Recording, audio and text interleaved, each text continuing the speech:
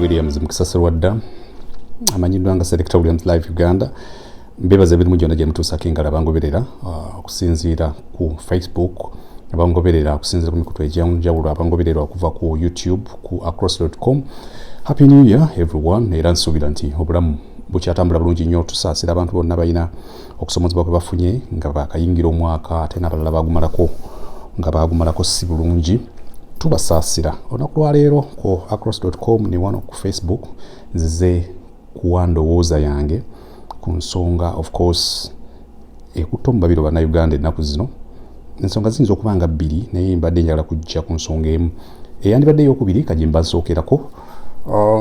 Ensonga y'aba promoters, event organizers,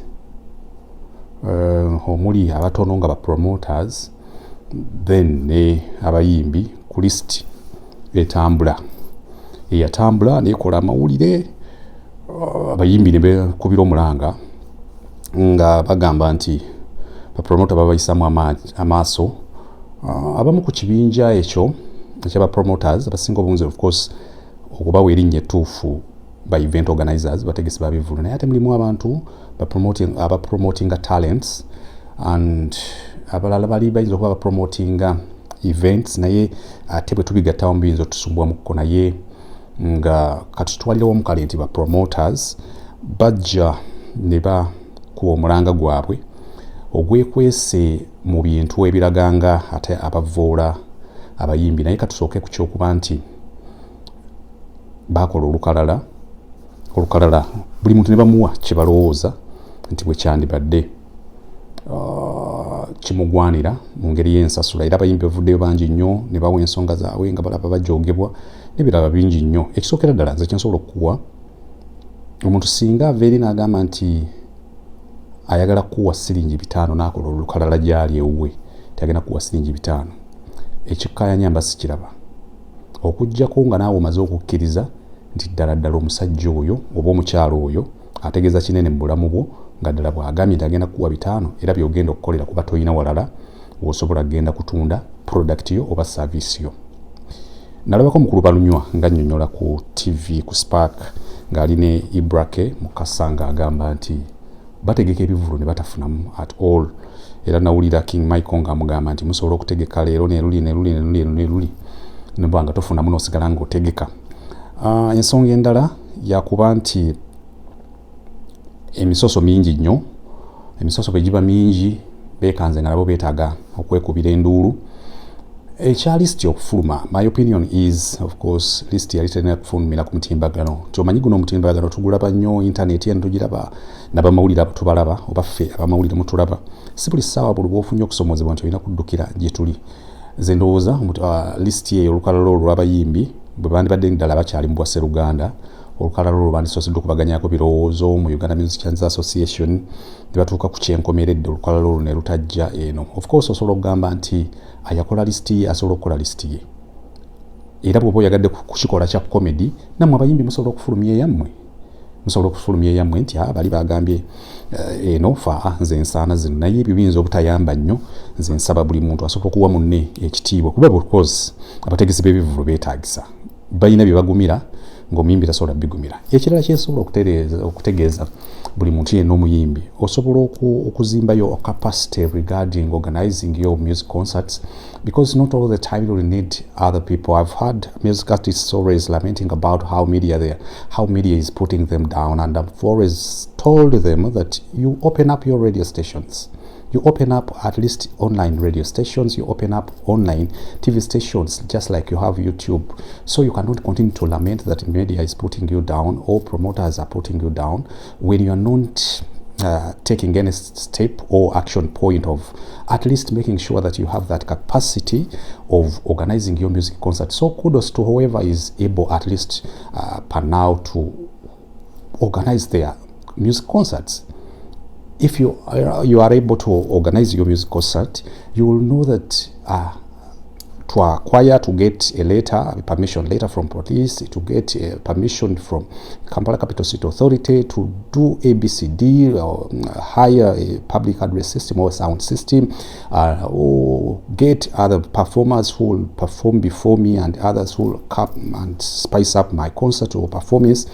You will know the do's and don'ts, you will know the nitty-gritties, you will know the details of how to organize a concert, and from there you urge you from a point of an understanding, knowledge and wisdom in regards to organizing a music concert. So people like Bebe Cool, people like Mr. Namakula, who have taken time to organize at least some of their music concerts, now are in the right position to always come out and guide the rest who have never organized music concerts, because fact remains that there are losses incurred by whoever organizes a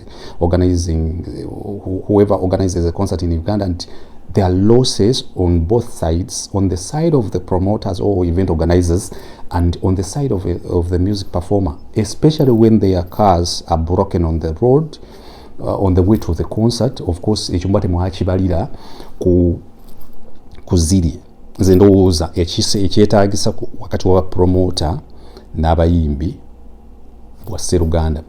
There is need for two, dialogue and reconciliation, because at the end of the day we need music artists, we need the people who can organize concerts for artists who cannot organize themselves music concerts. So ekyo kyo kina kubeera awo, naye okukeep blowing out of proportion, okugenda mu media, olumu mutwagala nnyo ffe bannamawulire, we always look for those exaggerated stories that can make headlines so that the shows get more likes, views, comments and etc. So whenever you come to us, not all of us will look for those parts, segments of the story or cut things out of what you have said that can add up to the music industry. For us tuba tunyumirwa kikola kyovola nti omuntu asobola okugenda ku mukolo nga gunyumye nnyo nnyo, abatimbye bulungi nnyo, abagole banyiridde, endongo ebadde nnungi nnyo, n'agamba nti obwana obuddugala bwaliiridde okumpi n'abagole nga kyekikoze amawulire. So about that, my opinion is two things: dialogue and reconciliation, and let us always not wash our dirty linen in public, and even when we choose to kind of showcase or express ourselves regarding things that hurt us, let us not mishandle the media, or allow media mishandle us and the stories we tell. Ne bwe tuba tusazeewo kujja mu mawulire, twewala okukwata bubi amawulire oba okukkiriza amawulire gatukwate bubi ne stories n'engero zetuwa abantu, kuba amawulire gasobola okukola ekintu ne weewuunya. Amawulire does not necessarily mean that news is limited to NBS and TV or people who are always on TV, William, Curtis, Douglas. Amawulire, especially these days when we have social media platforms, Facebook, where everyone has an account and they will come out with their own opinion. Even when someone on TV gave an opinion in a different perspective, a person in a comment section on that page of a certain TV station aja keep blowing akijje because he's supporting a certain artist. So ekyo kyo nja kusaba nnyo tukiteeke at that. Ekirala ndowooza nakyogerako ku video eri ku across.com is about the Bebe Cool list. Yes, it is a relevant list, especially coming from your fellow artist Bebe Cool ajja n'agikola. Of course, it gives some energy to the industry. Everyone will be like Bebe Cool list, and you'll see artists, of course, coming out and appreciating the mentions they have gotten from Bawazuwena. Nze ndowooza list esobola okubeerawo later on efuuke awards nga One Bebe Banton bwe yatugamba about giving out houses. Ebyo biri subject to reaching at a certain level of being able to give out houses. Tosobola with unconscious bias, you cannot scam no, with psychology they say you don't do things out of unconscious bias, or you don't say things out of unconscious bias. Unconscious bias is when you say, William Bwatyo, let us wait for the big man to give out at least a single house, and we'll say that the guy has given out a house, and let us wait. If he fails, we'll come out and say that the guy finally failed to give out a house to any artist. Yeah, so bebe ku list, and I believe in the list at least. Benalabako era bebo abaina enyimba ze bayimba about him and King Saha. Of course, that is the fluid normally running an industry that is dominated by raga dance music artists and rap or raga artists. So ekyo bajja kutuka ekiseera besorting. However, no one should exaggerate, no one should put it onto the other for too long.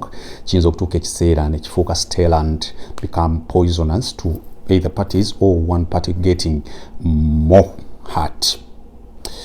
Spicy Diana having a successful concert, depending on what you call success, and if it is an unsuccessful concert also depends on what you call unsuccessful. In my opinion, of course, as Williams, you normally call Selector Williams Live Uganda, Spice Diana is that person as a kafena tumulaba gemazima omanyi industry yaffe Uganda awo tutera nnyo okwogera netuwa respect some people who have been able to maneuver the tides through those stumbling blocks.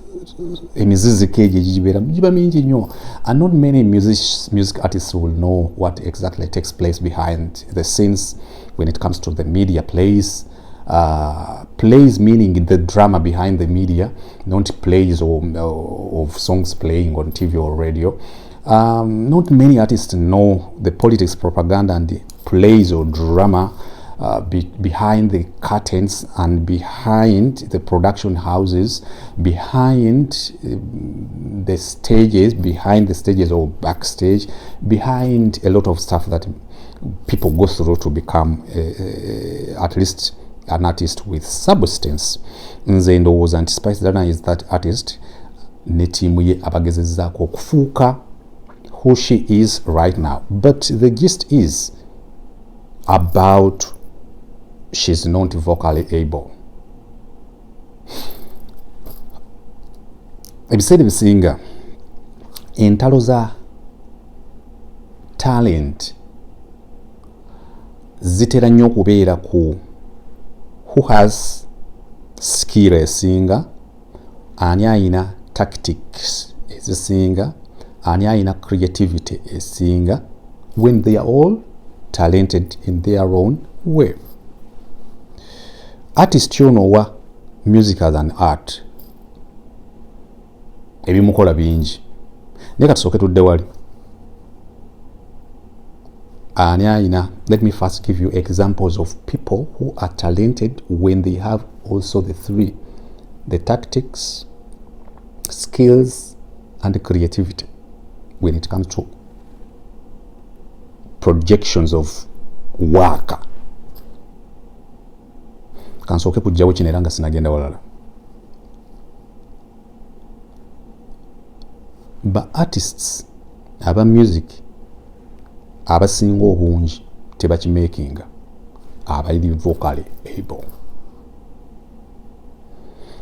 Ba music artists abasinga obungi nga ayimba n'ebinyonyi ne biva ku miti ne bijja bimulabe takimakinga. Bwakimakinga will only make it as a recording artist.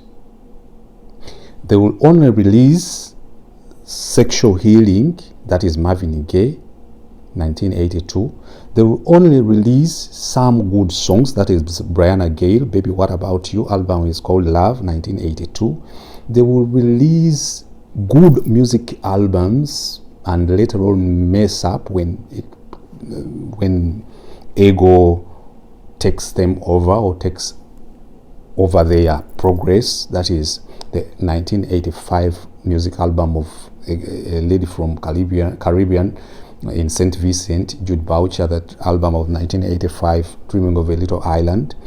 they will only record a single album and ego will take over, and Pride, that is Gyokskiki and Bukuta, the song is called Chandra. Ego will take over their and Stardom will take over their progress as a music artist, that is Patishange, Sidini, Zizi Kongo, abayimbi Sifo Johnson, abayimbi abatera okuba ne talents tebabeera successful. And I wouldn't recommend many music promoters, music business administrators to go for those super talented vocalists. Olujanja lwe lukulembera okuyimba kwabwe. Because all the time, let me tell you, omuntu lwamatira ne talanta y'okuyimba naddala eyita mu ddoboozi, olujanja lukulembera nnyo okuyimba kwe. Emputtu ekulembera nnyo okuyimba kwe. Because after all, manyi mu studio tebamulagira. Kiringa nga producer amanyi nnyo ebivuga. Production emulema, because production is not limited to playing an acoustic guitar. It is not limited to playing keys. It's not limited to a bass guitar play or rhythm or lead guitar. Production egenda mu birala. Kati argument is always about Sheebah and Spice Diana regarding their vocal ability. I agree. Of course, they don't sing just like Rema does, and also we have to agree that they do different genres of music. But let us focus on whether they have vocability or not. They are not vocally able as compared to people like Nwagi-Rema, Namakula, Nwagi-Winnie, Kanyomozi Juliana, Namubiru Irene. They aren't. They are not compared to people like Nava-Gray. But they have some factors that they have some buttons pressed together with their managers or management teams. Bayina mapesa ge banyiga, abalala bonna ge batanyiga. Due to the complacency that eats up the so-called vocalists. Nkugambye, kiringa bano abantu bamanyi nnyo music, ba Selector Williams, beeronda nnyo. And in most cases, they cannot get successful in countries like Uganda. Because in Uganda, what people want to hear on radio or TV is not crochet, sembolivu, beat per minute, rhythm patterns and melody. No. They need a presenter who is partially able to be vulgar, because it is our society. They need omuntu asobola okuwemula muko, or to relate with the society. Na ife tujja n'olugezi lwa seminary lungi makes thinking that Uganda is a university. I'm giving myself as an example. Osobola okuntegeera obulungi. Bano bamanyi nnyo music, ebiseera ebisinga tebabeera successful music business. Tebasobola. Era ojja kwekanga nti omuntu asobola okukola presenter nga gw'omugamba aleekaana. Gw'omugamba awemula. But the society, this presenter is a reflection of this society. And at the end of the day, we are looking for those publics to sell our services or products. Let me get back to Sheebah-Spice. Ne bw'oba oyimba nnyo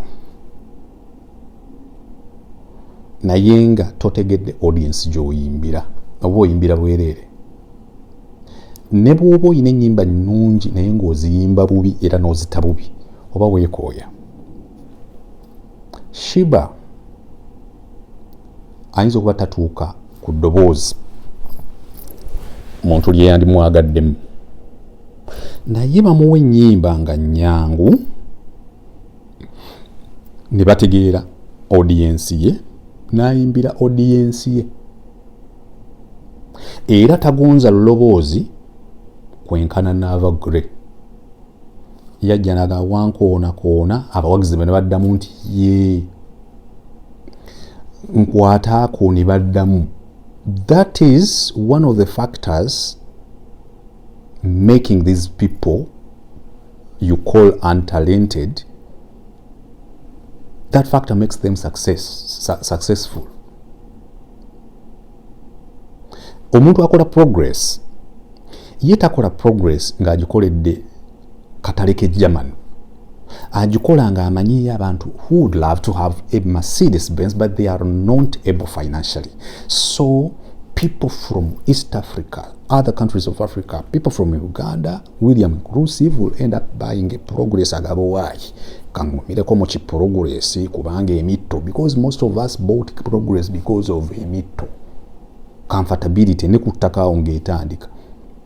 Nga bw'oyagala okugula Mercedes empya from Germany ekulema naye nga you can afford a progress. Ati wa progress tia targetinganga ko era tusobola mugamba era logo ye tefaananyi nga ya Benz nedda. My opinion is, if you ask me about whether Sheebah is a successful music artist, ebigambo byange mbironda bulungi. Music artist, music is a combination of many elements and components. Music you will go to colleges of music, osange abantu mu practical sessions, people from India. Ng'ebintu byakola gwe tobitegeera, but it is music. In music, I've always told people that you need talent, you need good production, that is emirimu emirungi, you need finances, you need management, then you need divine intervention where you can get luck, blessing, favor. A person may have a great voice. They are not favored, they are not blessed, they are not lucky. And most of the people who are not talented vocally, because most people choose vocals as the only factor that makes up a music artist successful, those people you call untalented, most of the time they are favored, they are blessed, they are lucky. And on that pinnacle of 5, where you'll find akasongezo ka talanta. Actually, even talanta, let me tell you, with talent, a guy released a song called Upa Gangnam Style, and there is this King Monada's Marwade, there is Livingstone Kasoz. Those people have never been vocally able, but they have had skills, creativity and tactics okusobola okwepositioninga. Opa Gangnam Style n'ayambala obukooti obwa pinki obwa red nakanga, yeah, it went viral. Then another person, you're drawing a reference from ekirwadde kya mulalama oba bakiyita ekya South Africa ekya toddy, agiyimbamu amalwadde ne bagweri, and people related, it went viral, afunamu oluyimba. However, sometimes those one hits at a time, era bw'otaba mugezi nnyo todda. Sheebah Karungi bingi byakoze right than the vocal able people. Biki byakoze right, knowing the audience she serves and the kind of repertoire to produce for that audience. The team, especially when we go back to the days of Team No Sleep, led by Jeff Chiwa, they knew how to place their finances regarding promotion on platforms of communication or broadcasting. Them bali bamanyi okukwata obulungi sente zaabwe baziteeka watuufu nti eno TV ekyatukolera promoting oluyimba, eno TV ekyatukolera, eno radio. Abalala tebakimanyi ekyo. Abamidia babasasula okuba ennyimba eyo debate tugiveeko tugireke ebeera awo paka Yezu bw'alidda. Kale singa bakola nga ab'e Nigeria, olabika kugendayo ogenda otyayo. Kale ddala mu America, kale katudde ku kino. Sheebah, in songs like Mamiyo, tagenda into details. tagenda into details bamuyimbira ekintu nga kyamula kona endongo nga kiri precise. Let me tell you, you have always talked about how Joan Takawara has been on still one of the respected female music artists in Uganda. Have you ever heard Joan Takawara sing those tactical, those hard notes, those crescendos, or those ranges where she goes, no. Her songs have always been sing-along. You will not know that whether she's that much a vocalist or not.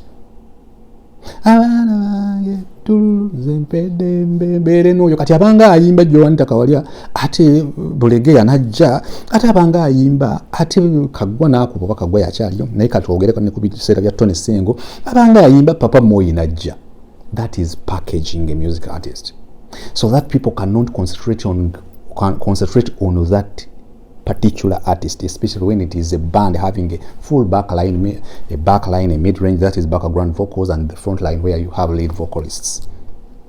And the backline has the blowings, the sakisi, tenor, manyato, rampeti, basuni, fluti, pani, fluti, nobulala. You have keys, a vamp, ocarina, whistle. You have the ballads, agendo kulonda, manyate.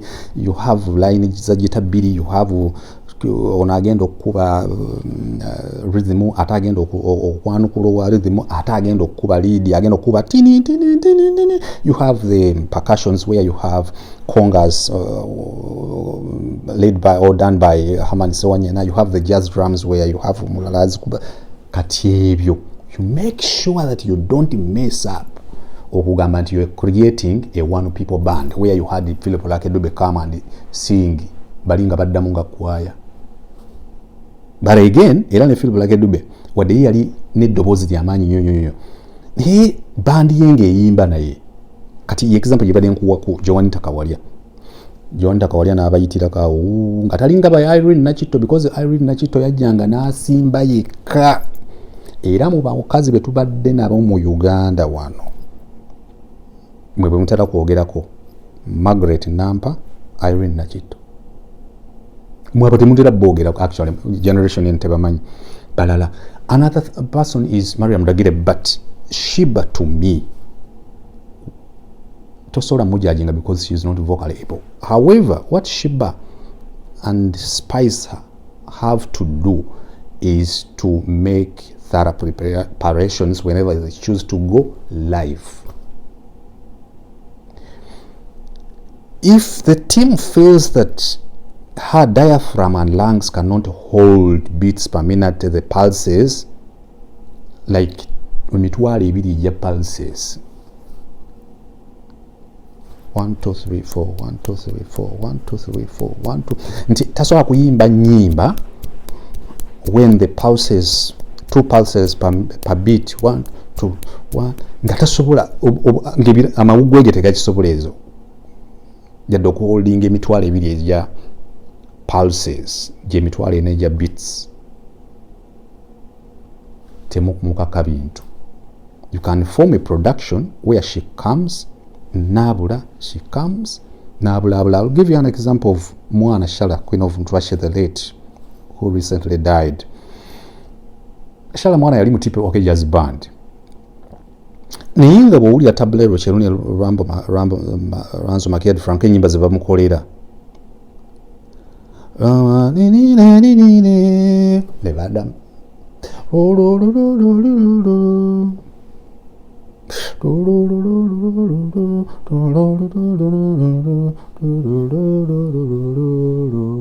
Kakati ebintu bwe biti ebyamu kati they concentrated much on the backline, the production of the backline, and the meaning in the song. Lydia Bell is known to so much a golden vocalist.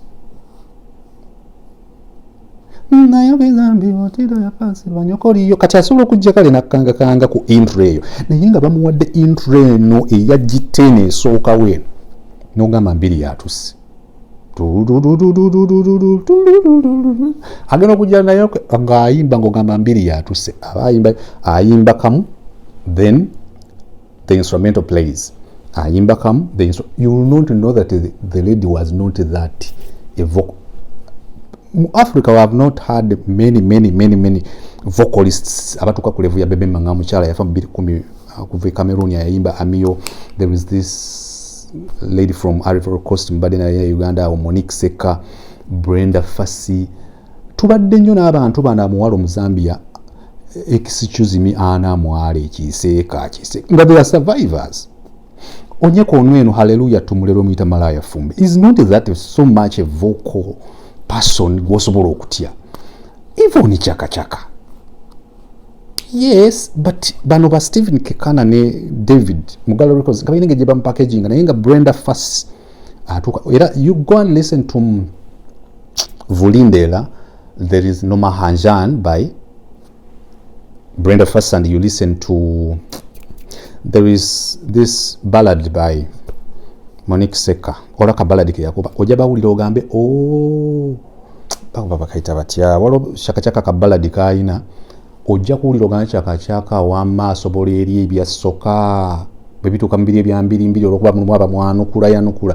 They are talented, but not to an extent where you will feel that they are Celine Dion's. Not to an extent of becoming Burandi, not to an extent of being Mariah Carey, not to an extent of being Monique Seka, not to an extent of being Irene Nambiru.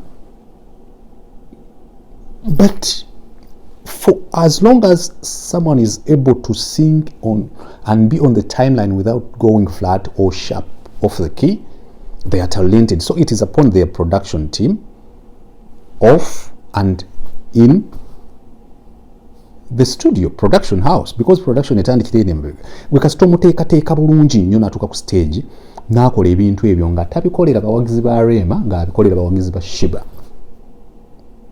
Wesikanya muna Sheebah of course maama engoye olumu maama naye nomanya n'ogamba why ate ngenda ne mugamba engoye ate abantu be ne bajjula ne mugamba engoye ate views nazifuna. It takes that there are certain people, a certain group of society, publics following this lady. Eyo debate yali beera ndala, but asobodde okukwatirira abawagizi bamukiza mu ye select ine nyimba za Sheebah zosobola okusingingira alongo ye nnyo. One of them is Mamiyo. Olwakayimba akalala linda kati bamuwa obuyimba obwo obw'ettendo lyabalokole linda ekyo training in music production regarding business, career guidance and talent management.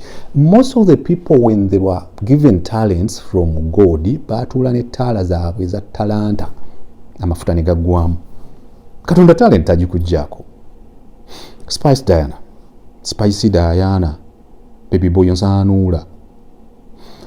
If I'm seeing a Spice Diana can hold a concert, and Spice Diana meaning together with the team but Bushington Nabala nga basobodde mu packaging n'avamu that Spice Diana who is able okukola ebintu bye tulaba atambudde agenze wakati kirobe ebyo byonna bigatta ku art.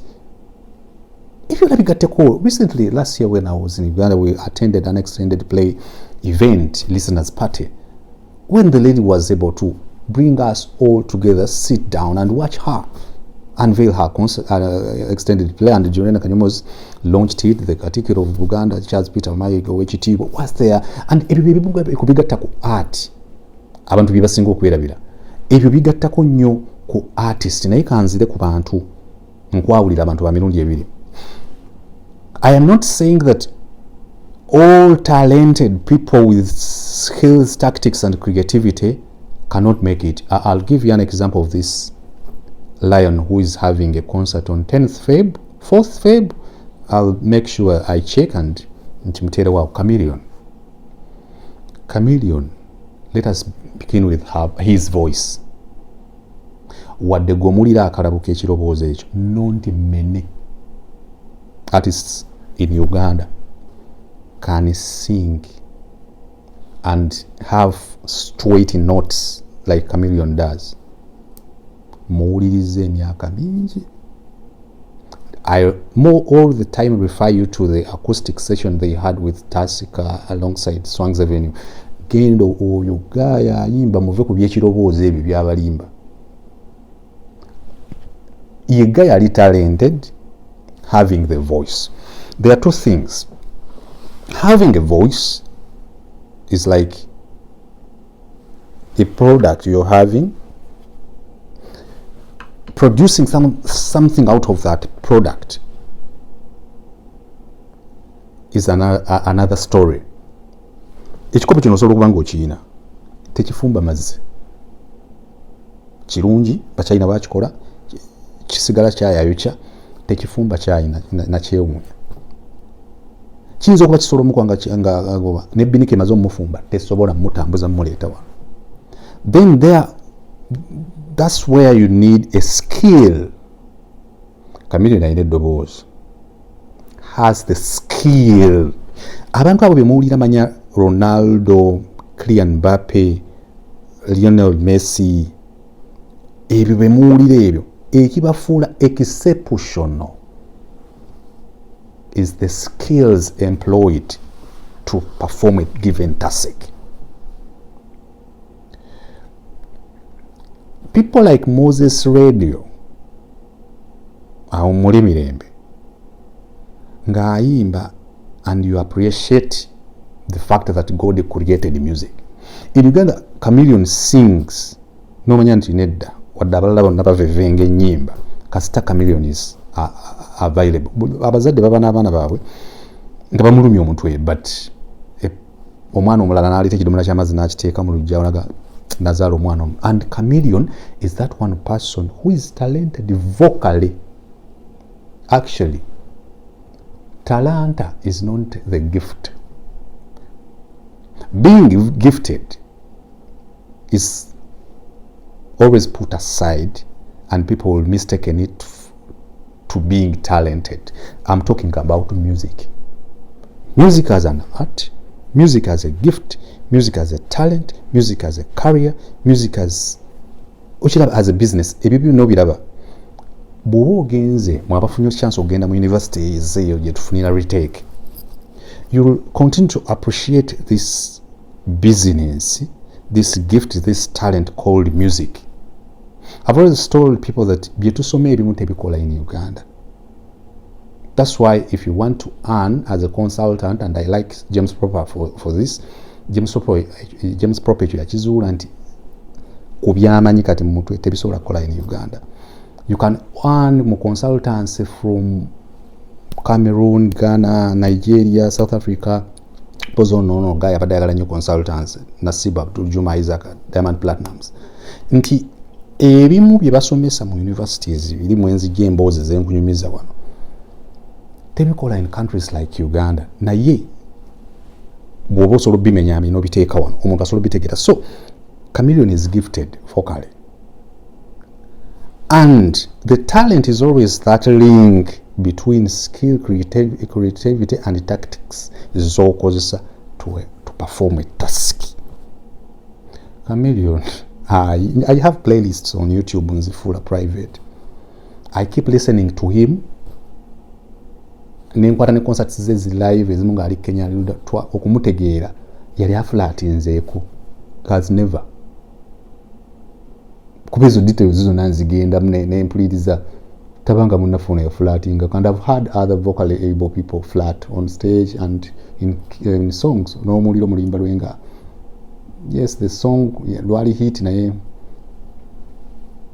but Chameleon will always deliver. They will come. I've always maybe kakamba de police olimba lwene Selena Butter right amumbejja and ngampuliriza nkolechi by ngampuliriza collaborations zoka ngampuliriza nkolechi ne melody ngampuliriza samwani Irene Nambiru ngampuliriza Jackie Chandiru ngampuliriza those ngolaba Chameleon will always come as a unique person. A talented person should always be exception even when they have a collaboration or a duo thing.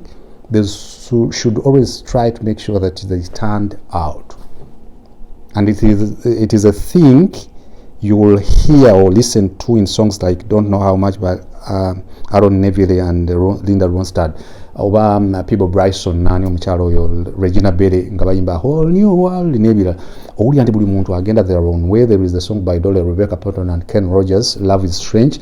Ojja kulira ng'ono agenda buli muntu n'abeera unique in their own way.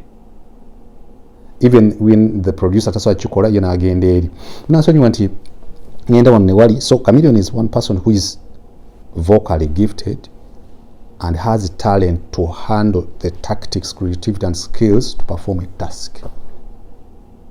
Another person is Lutalo David. Lutalo sings and you're like ngezako kugirayo abantu nga bali talented naye nga bebasobola okuvuganya because bano ba Spice na ba Sheebah be munyoma bali aggressive. Bw'oba olina ddoboozi lyo ojja kusemba. Kati I'm bringing out people who are gifted vocally naye ate nga basobola okulwanagana ne Sheebah ne Spice engeri gye bazzeemu. Because if you say that Gravity is not a vocalist, nalabye yatadde oluyimba nga lugamba ki Gravity nja kukuba yakambibwa nja basima jjenje Gravity ejjenje libadde ki lyalazeewo. But the guy survives somehow. Kati bw'obanga oli gifted vocally naye nga toyina bukodyo bulumba ba Gravity bajja kukuba ekigo osigale mu lamentations ebitabo by'okungubaga. I'm talking about David Lutalo ayimba nakuyingiza love ayina luno oluyimba wanya yankutudde. Kati Lutalo people will say ayimba kadongo kamu. Kadongo kamu is country music. Kale kakibeere ekivumo.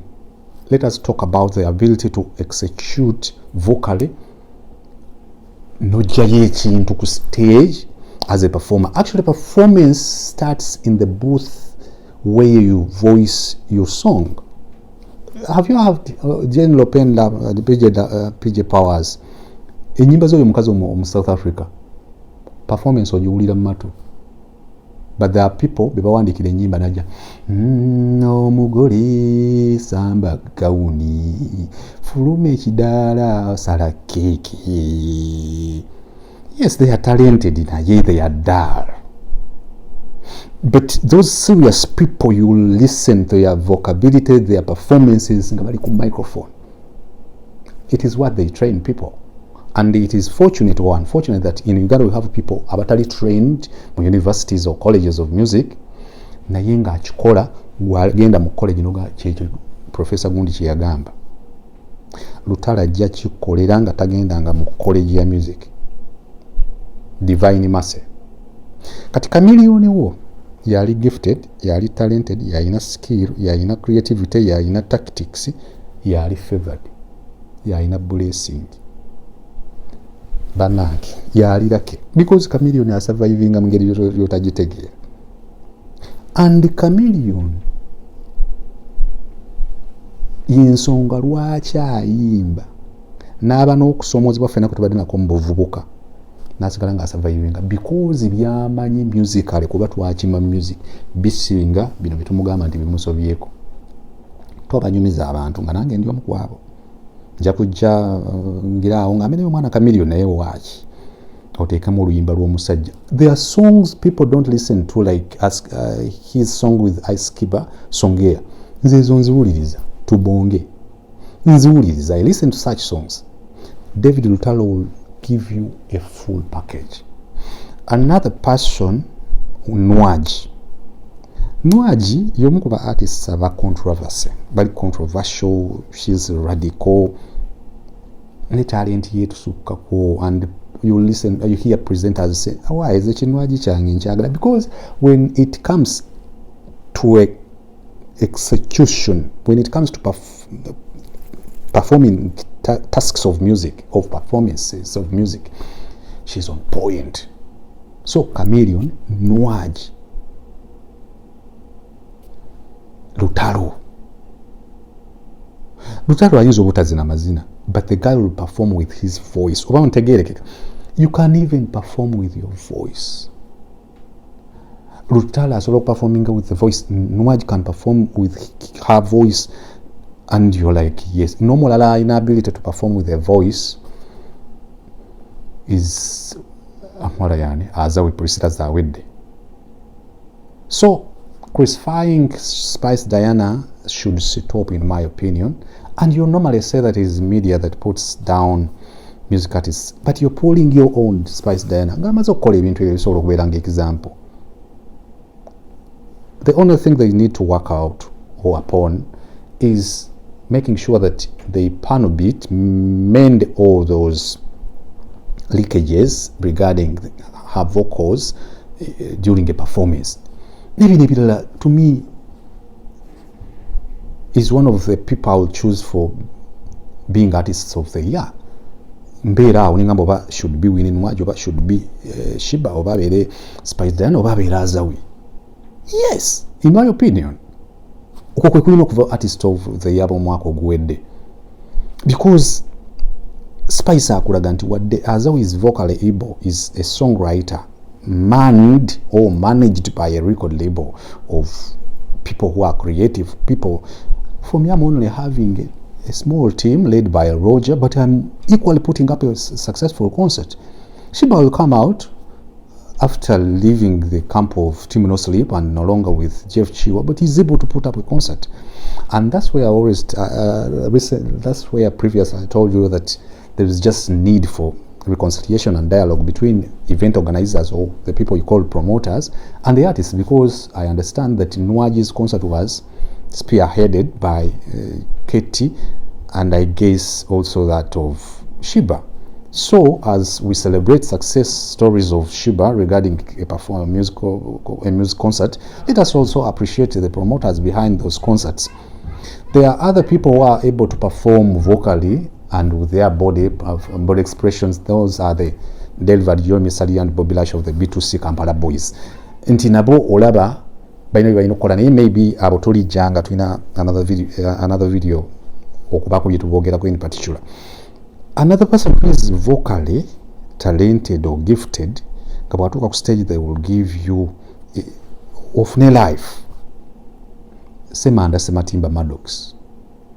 Ayinza okuba kyazina. You know, performance is not limited to a voice and also not limited to dance moves. Oyinza okuba Maddox, when Maddox is on stage, ayina kyakuwa ekyo, ayina kyakuwa no appreciating, and there is always value addition bw'oba wawuliriza ziri ku CD. Maddox asobola okuwa ekiri extra on stage. Another person, people whom people think, this guy Dan Ragadi, people may think he's not talented. Ragadi does eyimba music and is vocally gifted, but when Ragadi is on stage, you're entertained. Point young is about abantu abamu abali talented basigala mu kolamentinga but balina bye batakola. Naye let us also, as we continue to appreciate people bambi abatali vocally gifted, nkulako ne koda abalina talent ey'amaloboozi naye nga bw'amala okuyimbira ndigida akuwa nekiri beyond that. Outside Uganda, let us talk about Nasib Abdul Isaac Juma, Diamond Platinums. Eddoboozi alina. On stage you cannot get bored. But Alikiba is kind of a laid-back person, but vocally Alikiba is better than Nasib. However, there are other gifted people vocally and in all aspects. Ngabaja Chukua, the late Mike Joseph Jackson. So our confusion however, mu Uganda njagala nnyo omuntu alina eddoboozi. Maliriza nkugamba nti batama, bayina olujanja, bayina olunkulu, balowooza be bazaala music. Bw'aba n'obugalubindi nga buno, olujanja lwe lumusooka ku bugalubindi wano. However, we have seen people abalina galubindi nga sibe bakyagulanyi making it, laying appropriate strategies that have made them successful, because being successful or unsuccessful kisinziira ku who is saying one is successful or unsuccessful. Sylvia engeri gyawalamu ebintu bye byonna naye ku mulembe guno omuntu agenda okugamba mbwagenda kudda mu nsonda yaga nje mmanyi okuyimba totutama kola ku bintu kankuweyo abantu abamanyi okuyimba nga basinga Spice Bettina Namukasa asinga Spice eddoboozi Grace Kane asinga Spice eddoboozi Carol Nantonga asinga Spice eddoboozi Naira Ali asinga Spice eddoboozi Caritas Kari asinga Spice eddoboozi Princess Amira asinga Spice eddoboozi Viola Nakitenda asinga Spice eddoboozi Flash Love asinga Spice eddoboozi osobola ogamba ne Vivian Tendo kala asinga Spice eddoboozi